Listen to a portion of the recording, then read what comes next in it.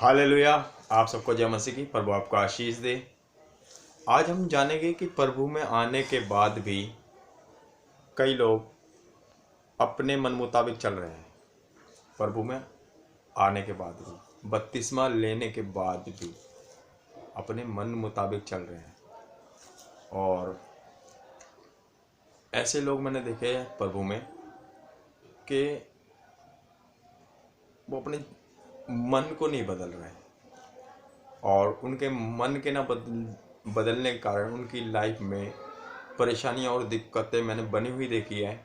वो जिस कंडीशन में प्रभु में आए थे, कई साल हो जाने के बाद भी वो उसी कंडीशन में है। और ये बहुत चिंता का विषय है, क्योंकि प्रभु कहता है वो आपके जीवन को बदलने का आशीष आपको देता है। प्रभु ने कहा फलो फूलो और धरती में भर जाओ। लेकिन वो बेचारे कई इंसान ऐसे मैंने देखे हैं कि वो शैतान की जकड़ में इतने हैं कि वो ना तो फल रहे, ना फूल रहे, और न धरती में भर पा रहे हैं। और क्योंकि वो शारीरिक रीति से चल रहे हैं, आत्मिक रीति से नहीं चल रहे हैं। और जब कोई भी इंसान शारीरिक रीति से चलता है तो वो आत्मिक नहीं होता, और जब तक वो आत्मिक नहीं होगा प्रभु से उसका मिलन नहीं हो सकता। सबसे बड़ी बात है, आप किसी भी परेशानी में प्रभु में आए हो, लेकिन जो आपका मेन मकसद है वो परमेश्वर की प्राप्ति है। कई लोग मेरे आगे आके झूठ बोल देते हैं कि मैं ऐसा हूँ, मैं वैसा हूँ, मैं ऐसा हूँ। लेकिन पवित्र आत्मा, क्योंकि जब हम प्रभु में ढंग से चलते हैं, प्रभु की आज्ञाओं में चलते हैं, तो पवित्र आत्मा हमें उन इंसानों के बारे में हर एक छोटी बड़ी चीज को बता देती है, समझा देती है। और वो इंसान सोचता है मैंने इस बंदे के आगे झूठ बोल दिया और इसको थोड़ी पता लगेगा कुछ भी। अरे तुम आत्मा से भरे हुए इंसान के आगे झूठ बोल दोगे तो क्या परमेश्वर हमें नहीं बताएगा? परमेश्वर हर एक छोटी बड़ी चीज तुम्हारी लाइफ की हमारे आगे किताब की तरह खोल के रख देता ना। इस एक शीशे के आगे जब तुम खड़े होते हो तो शीशा तुम्हें बता देता तुम कैसे दिखते हो, कैसे रंग के तुमने कपड़े पहने, तुम कैसे हो। कई लोग अपने बोलचाल को, अपने स्वभाव को प्रभु में आके नहीं बदलते। अब यूहन्ना एक वचन हम देखते हैं प्रभु का, यूहन्ना चैप्टर 4 का 28। यूहन्ना 4 का 28। वो शारीरिक बातें करते हैं, इंसान पैसे की बातें करते हैं, खाने की बातें करते हैं, शारीरिक बातें वो होगी आपकी लाइफ में, वो तो प्रभु ऑटोमेटिक पूरी कर देगा। पैसे की कमी, शरीर में कोई बीमारी हो, वो प्रभु कहता है मैं यहोवा चंगा करने वाला परमेश्वर हूँ। लेकिन मैंने उन्हें देखा मसीह में आने के बाद वो बीमार पड़े और बहुत ज़्यादा परेशानियों को उन्हें झेलना पड़ा। उनके घर में कलेश, लड़ाई झगड़े बने हुए हैं, मन मुटाव है।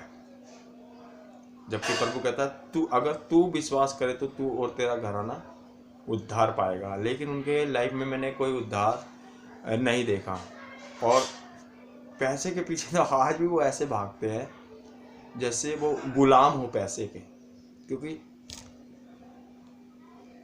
क्योंकि शैतान ने उन्हें इतना जकड़ रखा है अपने शिकंजे में। शैतान ने उन्हें इतना जकड़ रखा है कि आज भी वो पैसे के पीछे ही भाग रहे हैं। और उन्हें पता नहीं है कि पैसा एक अलग मैटर है, पैसा धरती के लिए ज़रूरी है, वो चाहिए हमें।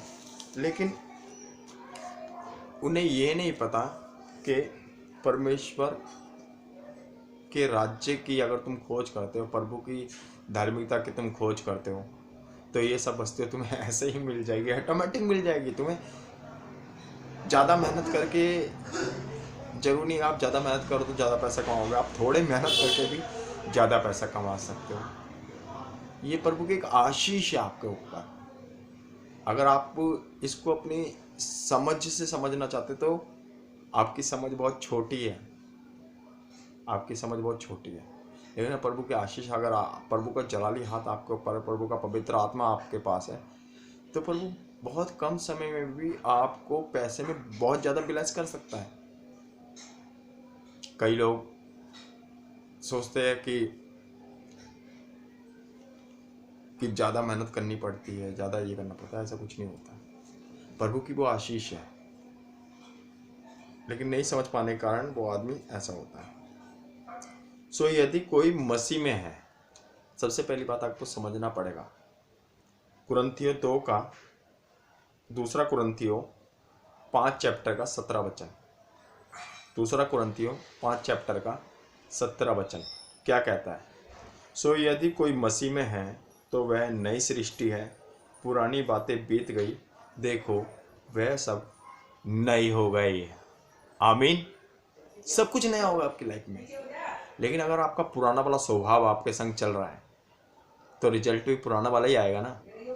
अगर पुराना वाला स्वभाव आपके साथ चल रहा है, आप अगर आज भी मुंह से आप शब्द बोलने वाले, गाली देने वाले मनुष्य हो, तो रिजल्ट भी आज आप अपनी लाइफ का उठा के देख लेना, आज भी आपकी लाइफ में वो ही रिजल्ट होगा।